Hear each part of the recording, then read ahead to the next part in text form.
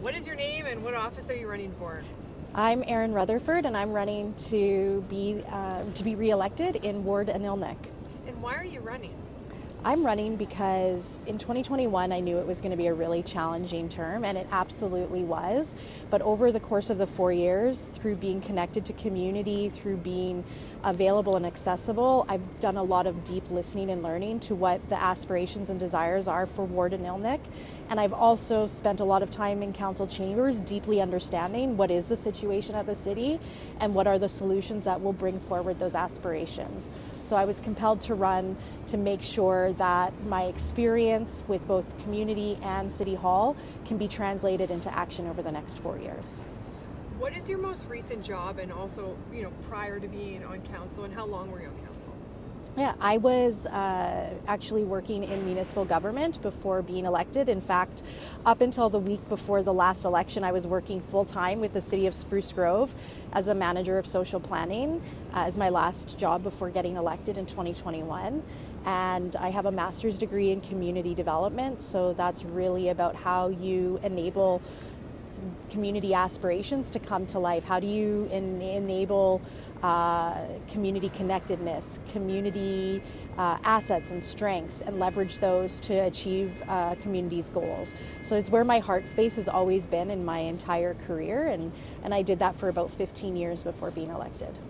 If you are re-elected, what would be your first priority to fix?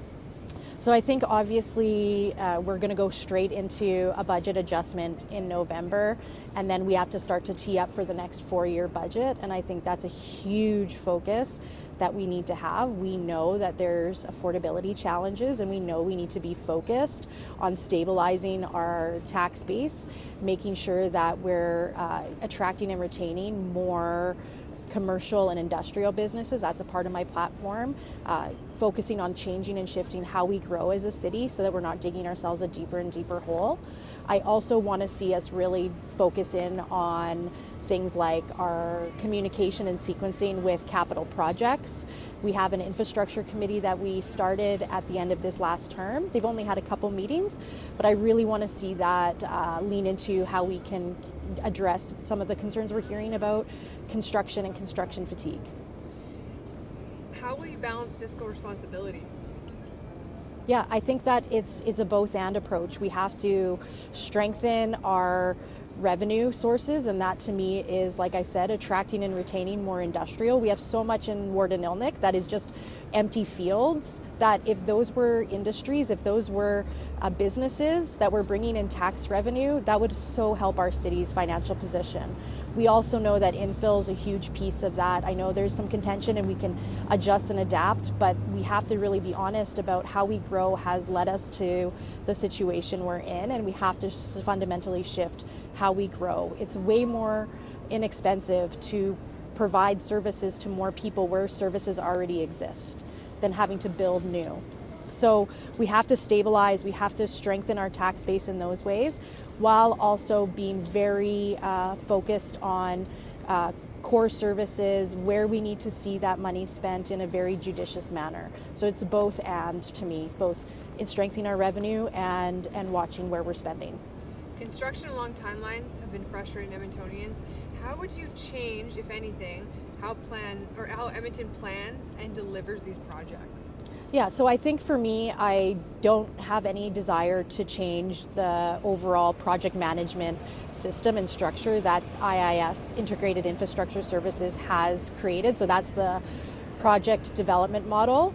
We have had audits on it over this last term that have showed that it is a gold star in project management.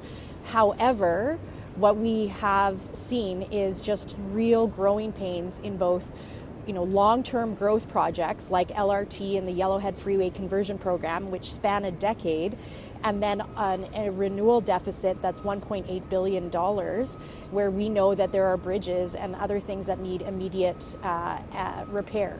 So I think it's about making sure we're really looking at, in addition to the big decade-long projects and the growth projects that we've already invested in, how are we sequencing our renewal projects? Because that's where I think the real pinch point is.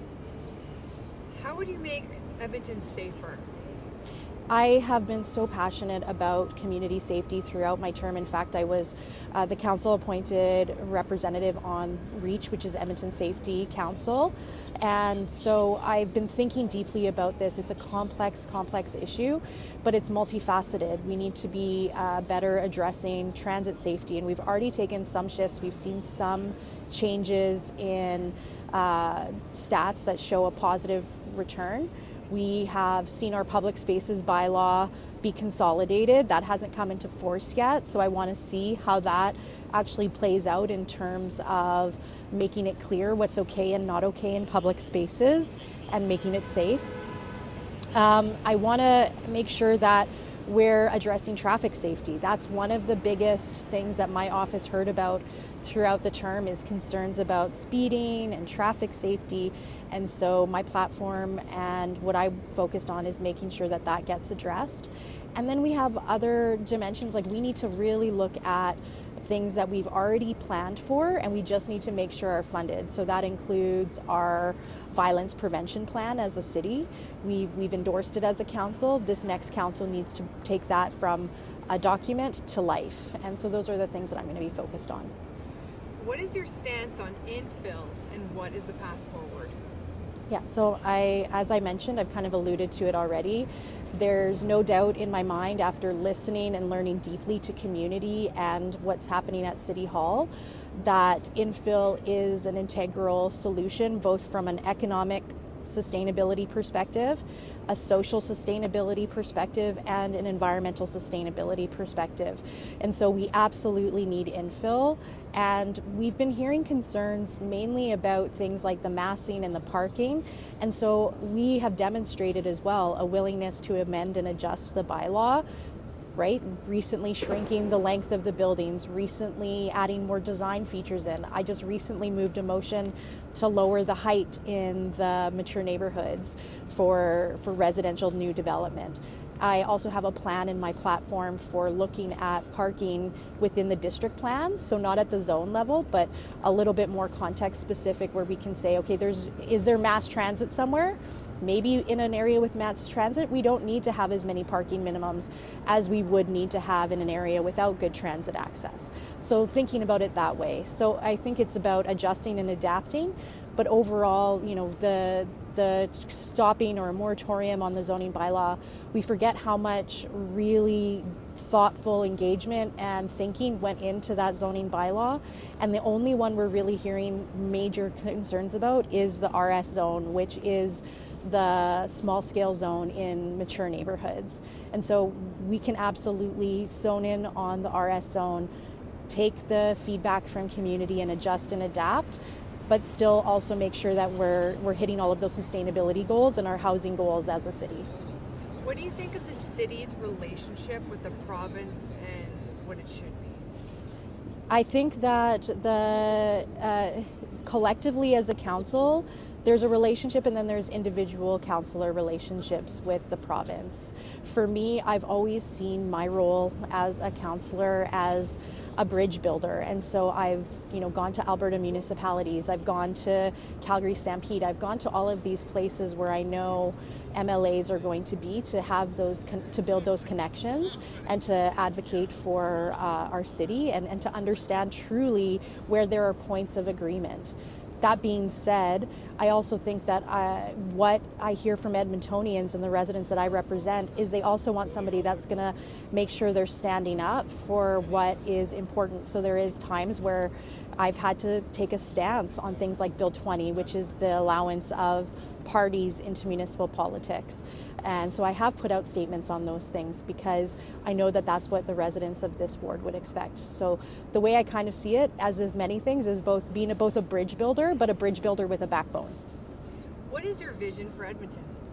I really see Edmonton as a place where people can truly love where they live. It's actually the third platform pillar in my platform, and I think it just summarizes so well what I know everybody wants to see in an Edmonton where you can thrive financially, where you can have good jobs, where you can connect with your neighbors and feel community pride, where you feel safe, where you see your tax dollars at work, and so you see that happening.